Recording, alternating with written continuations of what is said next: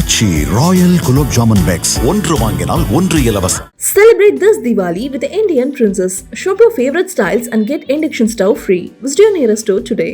மகர ராசி என்பவர்களே, அக்டோபர் மாதம் உங்களுக்கு எப்படி இருக்க போகிறது? அள்ளி அள்ளி கொடுக்க போகிறதா? மேலும் கடன் வாங்க வைக்க போகிறதா? இந்த மாதத்தில் வழிபட வேண்டிய தெய்வம் என்ன? செல்ல வேண்டிய கோவில் என்ன? இதெல்லாம் நம்ம பார்க்க போகிறோம். முதல்ல உங்கள் ராசிக்கு பிரதானமான கிரகம் யார் அப்படின்னா சுக்கிரன் தான். மகர ராசி அல்லது மகர லக்னத்தில் ஒரு ஜாதகம் வருது நம்ம பார்க்குறோன்னா, லக்னாதிபதி ராசியாதிபதி சனியை கூட அப்புறம் தான் பார்ப்போம். முதல்ல சுக்கிரன் எப்படி இருக்காருன்னு தான் பார்ப்போம். ஏன்னா மகரத்துக்கு சுக்கிரன் தான் அவ்வளோ யோகாதிபதி, அவ்வளோ சிறந்த பலனை கொடுக்க வேண்டிய ஒரு கிரகம். மகர லக்ன ராசியில் ஒருத்தர் பிறந்து சுக்கிரன் ரொம்ப நல்லா இருந்துட்டாருன்னு சொன்னால், உலகத்தில் அவங்க இதை நான் அனுபவிக்கலைன்னே சொல்ல மாட்டாங்க, எல்லாற்றையும் அனுபவிச்சிடலாம். அந்த அளவுக்கு சிறப்பாக இருக்கும். அதுவும் எப்படின்னா, பெயர் புகழோட பிரபல்யத்தோட அவங்கள யாரும் கேள்வியே கேட்க முடியாது. அப்படிப்பட்ட ராஜபோக வாழ்க்கை அவங்களுக்கு கிடைக்கும். காலபுருஷ தத்துவத்தின் 10ஆம் இடம் மகரம். அப்போ அந்த 10ஆம் இடத்துல அவங்க வந்துட்டாங்கன்னு சொன்னாலே அவங்களுக்கு வேலையில் அவ்வளோ உயர் பதவி. பிஸ்னஸ்ன்னு சொன்னால் அப்படிப்பட்ட ஒரு பிஸ்னஸ், உலகம் எல்லாம் சுத்த முடியும். அப்படிப்பட்ட ஒரு விஷயம். ஒவ்வொரு டைம் ஒவ்வொரு மாதிரி அவங்க இருப்பாங்க. கொஞ்ச நாள் கழித்து பார்க்கும்போது அப்படியே அவங்க வேறு மாதிரி இருப்பாங்க. அது எல்லாமே வளர்ச்சி பாதையை நோக்கி போகக்கூடியதாக இருக்கும். மகர ராசியோட சின்னம் எது அப்படின்னு கேட்டிங்கன்னா, பொதுவாக ஒரு சின்னத்தை சொல்லிட முடியாது. அதில் நிறைய விலங்குகள் சம்மந்தப்படும். அப்போது அவங்க ஒவ்வொரு டைம் ஒவ்வொரு மாதிரியான நிலையில் அவங்க இருப்பாங்க. அது ஒன்றை விட ஒன்று பெட்டராக இருக்கும். அதனால் மகர ராசியில் யார் இருக்கீங்களோ நீங்கள் எல்லாம் சுக்கிர பலம் வேணும்னு நினச்சிருந்தீங்க. எப்பயுமே நீங்கள் என்ன பண்ணுறீங்கன்னா, மகாலட்சுமியுடைய ஒரு படத்தை உங்கள் ஃபோனில் வச்சுக்கோங்க. வீட்டில் மகாலட்சுமி படம் வச்சு பூஜை பண்ணுங்க. வெள்ளி பொருட்களை அணிந்து கொள்ளுங்க. அதில் எப்படி அணியணுன்ற விதிகள்லாம் இருக்கிறது. தப்பாக அணிஞ்சிட்டிங்கன்னா தோஷம் வரும், பிரச்சனை வரும். இப்போ நிறைய பேர் வெள்ளி பயன்படுத்துகிறோம், பயன்படுத்தக்கூடாதுன்ற முறையில் பயன்படுத்துகிறாங்க. அதனால் முறைப்படி கேட்டு நீங்கள் அணிந்து கொள்ளுங்க. அதுபோல் வைரம் முடிஞ்சால் நீங்கள் அணிந்து கொள்ளலாம். அப்புறம் எப்பெல்லாம் இந்த பெண் தெய்வ வழிபாடுகள் விசேஷமாக வருகிறதோ, இப்போ நவராத்திரி வந்தது இல்லையா, அதுபோல் இந்த மாதத்தில் அக்டோபர் மாதத்தில் தான் அந்த நவராத்திரி பூர்த்தி ஆகுது. விஜயதசமின்னு சொல்லக்கூடிய மிக விசேஷமான ஒரு நாளும் சரஸ்வதி பூஜையும் வருகிறது. அதிலெல்லாம் நீங்கள் வழிபாடு செய்யுங்க, அம்பாலை கொண்டாடுங்க. அந்த ஸ்ரீவித்யா உபாசகர், அம்பாள் உபாசகர்லாம் இருப்பாங்கள்ல, அவங்களெல்லாம் பார்த்தா அப்படியே சாஷ்டாங்கமாக விழுந்து வழிபடுங்க. அவங்ககிட்ட இருந்து உங்களுக்கு ஒரு கை அப்படி மேலே வந்ததுனாலே நீங்கள் அவ்வளோ ஐஸ்வர்யத்தோடு இருப்பீங்க. அப்படியாக இந்த மகர ராசிக்கு சுக்கிரன் எப்படி இருக்கான்னு பார்க்கும்போது, நம்ம இவ்வளோ நேரம் சொன்னோம் இல்லையா, அவ்வளோ பலன்களை கொடுப்பாருன்னு சொல்லிட்டு, அந்த சுக்கிரன் இந்த மாதத்தில் பலமாக இல்லை. அதனால தான் என்னென்னலாம் செய்யணும் அப்படின்றத முதல்ல சொல்லிட்டோம். ராசிக்கு 8ஆம் இடத்துல இருக்கார், சரி, கேதுவோட சேர்ந்துருக்கார், சரி. 9க்கு வரார். 9ஆம் இடத்துல ஒரு சுபகிரகம் வந்தால் ரொம்ப நல்லது, ஆனால் நீச்சம் அடைந்து விடுகிறார். அதனால் சுக்கிரன் இந்த மாதம் சாதகமாக இல்லை. அப்போ நீங்கள் என்ன பண்ணணும்னா, இந்த மாதம் முழுக்க, அக்டோபர் மாதம் முழுக்க ஏதாவது ஒரு அம்பாள் கோயிலுக்கு போகிறத ஒரு பழக்கமாக வச்சுக்கோங்க. காலையில் டெய்லி போய் ஒரு அம்பாள் கோயிலுக்கு போய் ஒரு அட்டனன்ஸ் போட்டுருங்க. இல்லை சாயந்தரம் வேலையெல்லாம் முடித்து நீங்கள் அம்பாளை தரிசனம் பண்ணுங்கள். இதை நீங்கள் செஞ்சுருங்க. அப்புறம் அந்த பெண்கள் அப்படின்னு சொல்லக்கூடியவர்களுக்கு மங்கள பொருட்களை தாம்பூலமாக கொடுக்கறது ரொம்ப விசேஷம். நவராத்திரிலாம் எல்லாம் கொடுப்பாங்க. அந்த விஷயங்களில் கோயிலுக்கு போகும்போது செய்யுங்க. பெண்களுக்கு இது சுலபம், கொடுக்கலாம். அல்லது தம்பதி சமேதராக இருக்கும்போது கொடுக்கலாம். தனியாக ஆண்கள் அப்படி இருந்து கொடுக்கக்கூடாது. அதுபோல் அந்த கன்னி பெண்களோ அல்லது திருமணமான சுவாசினி பெண்களோ அவங்களுக்கு இது போல் தாம்பூலம் கொடுங்க. வயதான பாட்டிமாரெல்லாம் பார்க்குறீங்க அப்படின்னு சொன்னால் அவங்க இடத்துல விழுந்து கும்பிட்டு ஆசீர்வாதம் வாங்கிக்கோங்க. இதை செய்யும்போது இந்த மாதத்தில் சுக்கிரன் பலமாக இல்லைன்னாலும் உங்களுக்கு பலன் கிடைக்கும். அப்போ பிரதானமாக உங்களுக்கு பலன் தர வேண்டிய சுக்கிரன் அவர் பலம் குறைவாக இருக்கார் அப்படின்றத நம்ம பார்த்துட்டோம்.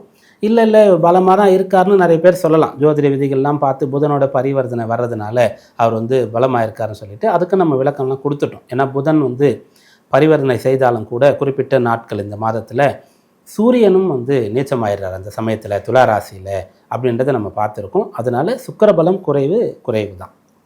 அதுக்கான பிரீத்திகளை பண்ணுங்கள். அப்புறம் புதன் உங்கள் ராசிக்கு சுக்கிரனுக்கு அடுத்து யோக பலனை தரக்கூடிய ஒருத்தராக இருக்கார். அவர் உங்களுக்கு அனுகூலமான பலனை தரார். எப்படி தரார்னா, உங்கள் ராசிக்கு 10 மற்றும் 11ஆம் இடங்களில் அவர் சஞ்சரிக்கிறார். ரொம்ப விசேஷம், அற்புதமான விஷயம்னு இதை சொல்லலாம். அப்போ புதன் பலன் தராருன்னா எப்படி தருவார்னு கேட்கும்போது 2 வகையில் தருவார். ஒன்று, மகர ராசியில் யாரெல்லாம் சொந்தமாக சுய தொழில் பண்ணுறீங்களோ, நீங்கள் ஒரு செல்ஃப் எம்ப்ளாய்மெண்ட்டாக கூட நீங்களே ஒரு விஷயத்தை செஞ்சு அதனால் பணம் சம்பாதிக்கிறீங்க அப்படின்னு செல்ஃப் எம்ப்ளாயாக இருந்தால் கூட இந்த மாதம் உங்களுக்கு நிறைய வேலை வரும். நல்ல பலன் கிடைக்கும். கடன் வேணும்னு சொன்னால் இந்த மாதத்தில் நீங்கள் முயற்சி பண்ணால் கடன் கிடைக்கும். அப்பாவுக்கு உங்களுக்கும் ஏதோ பிரச்சனைனா இந்த மாதத்தில் அது சரியாகக்கூடிய அம்சமானது இருக்கிறது. ஹையர் ஸ்டடீஸில் பிரச்சனை இருக்குது, நீங்கள் சேர்ந்துட்டீங்க ஆனால் படிக்கிறதுக்கு விருப்பம் இல்லை அல்லது படிக்க முடியலன்னு சொன்னால் அதெல்லாம் சரி பண்ணிக்கலாம். பிரயாணங்கள்லாம் செய்ய வேண்டியது இருக்குன்னா அதெல்லாம் நல்லபடியாக நடக்கும். இதெல்லாம் உங்களுக்கு புதன் வந்து பலனாக கொடுத்துருவார். வேலை வேணும்னா வேலை கிடச்சிரும். ரொம்ப நாளாக வேலையில் இருக்கிறீங்க, பெருசாக முன்னேற முடியலன்னு சொன்னால் அந்த விஷயம் உங்களுக்கு பலன் கிடைக்கும். ஆனால் ஒரு டிரான்ஸ்ஃபரோடு கிடைக்கிறதுக்கான வாய்ப்பு இருக்கிறது. அடுத்ததாக சூரியன். சூரியன் எப்படி இருக்கார் அப்படின்னு பார்க்கும்போது உங்களுடைய ராசிக்கு சூரியன் 8 அவர் வந்து 9, 10ஆம் இடங்களில் இப்போது சஞ்சரிக்கிறார். 9ஆம் இடத்துல சூரியன் இருக்கார். அப்போ நம்ம என்ன பண்ணோம்னா அப்பாவோடு உங்களுக்கு ஏதாவது கஷ்ட நஷ்டங்கள் இருந்தால் எல்லாம் சரியாயிடும்னு சொன்னோம். அப்போ நீங்கள் போயிட்டு அப்பாவை கன்வின்ஸ் பண்ணணும், அப்பா கிட்ட அன்பாக நடந்துக்கணும், அன்பாக அவர்கிட்ட பேசணும். அவர் எப்படி இருந்தாலும் சரி, நீங்கள் வந்து அவரை வந்து குருவாக கடவுளாக பார்க்கணும். அப்படி பார்க்கும்போது இந்த மாதம் உங்களுக்கு அனுகூலமாக இருக்கும். 9ல் சூரியன் இருக்கும்போது ஒரு சில பேருக்கு அப்பாவுக்கு உடம்பு சரியில்லாமல் இருந்துன்னு சொன்னால் கூடயே இருந்து வைத்தியம்லாம் பார்த்து அவரை சரி பண்ணணும். அந்த விஷயத்தை நீங்கள் செய்யலாம். அதன் பிறகு சூரியன் வந்து 10ஆம் இடத்திற்கு வரும்போது நீச்ச பலம் அப்படின்னு சொல்லக்கூடிய ஒரு நிலை. இதில் இன்னொரு வழியில் பார்க்கும்போது 8 அஷ்டமாதிபதி 8ஆம் இடத்துல ஆட்சி பலம் பெறுவதை விட 4ஆம் இடத்துல உச்ச பலம் பெறுவதை விட 10ஆம் இடத்துல நீச்சமாகிறது நல்லது அப்படின்னு சொல்லக்கூடிய ஒரு விஷயத்தை கூட சொல்லலாம். ஆனால் அது வந்து நேரடியாக முழுமையாக சொல்ல முடியாது. எப்பயுமே ஒரு கிரகம் கெட்டு போய் நல்லது தர மாதிரி ஒரு யோகம் இருந்ததுன்னா அதை விபரீத ராஜயோகம்னு சொல்லுவோம். அப்படிப்பட்ட நிலையில் அது எதையாவது வாங்கிட்டு தான் பலனை கொடுக்கும்.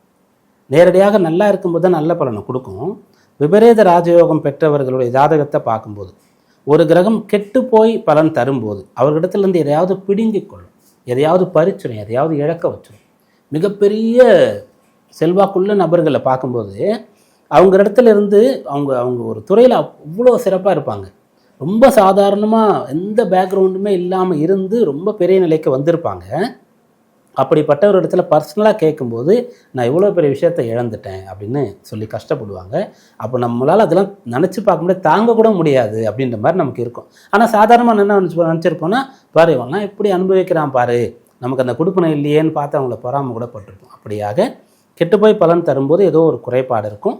அதனால் சூரியன் 10ல் இருக்கும்போது வேலையில் கவனமாக இருங்க. வேலையில் தப்பான வழியில் உயர்வதற்கு ஒரு வாய்ப்பு கிடைத்தா பயன்படுத்தாதீர்கள். பிஸ்னஸில் தப்பான வகையில் பெரிய அளவுக்கு போகிறதுக்கான ஒரு சான்ஸ் இருக்குதுன்னு சொன்னால் அதை யூட்டிலைஸ் பண்ணாதீங்க. அரசு சார்ந்த விஷயங்களில் அந்த ரூலை வந்து நீங்கள் ஸ்கிப் பண்ணி விதி மீறல் செய்து ஒன்றை செய்தால் நல்லா இருக்கும்னா அதை செய்யாதீங்க. இதை வந்து இந்த மாதத்தில் நீங்கள் கவனமாக வைத்துக்கொள்வது நல்லது. அப்போ இந்த மாதத்தில் சுக்கிரன், புதன், சூரியனை பார்த்துட்டோம். அடுத்து செவ்வாய் இருக்கார். செவ்வாய் 10ல் இருக்கிறது சிறப்பு, ரொம்ப நல்ல விஷயம். 10ல் ஒரு சூரியனோ செவ்வாயாக இருக்கும்போது நல்ல பலனை கொடுப்பாங்க. அந்த செவ்வாய் 10ல் இருக்கிறதுனால உங்கள் வேலையில் உங்களுக்கு என்னென்னா பயம் இருக்காது. அதனால தான் அதை தப்பாக மட்டும் யூஸ் பண்ணிடாதீங்க. நல்ல விஷயத்துக்காக நல்ல தைரியமாக இருந்து நல்ல வேலை பார்த்து உங்களால் பெரிய ஆள் ஆக முடியும். உங்களுடைய உழைப்பும் நேர்மையும் உங்களை உத்தியோக ரீதியாக உயர்த்தக்கூடிய மாதமாக இந்த மாதம் இருக்கும். இந்த மாதத்தில் உங்களுக்கான வழிபாடு என்ன அப்படின்னு பார்க்கும்போது சனி பிரதோஷம் இந்த மாதத்தில் வருகிறது. 2 முறை வரும். எப்பயுமே ஒரு பிரதோஷம் வந்தால் அதே கிழமையில் திரும்ப வரும். அந்த நாளில் முடிஞ்சால் விரதம் அல்லது வந்து வழிபாடு செய்யுங்க. அக்டோபர் மாதம் சிறப்பாக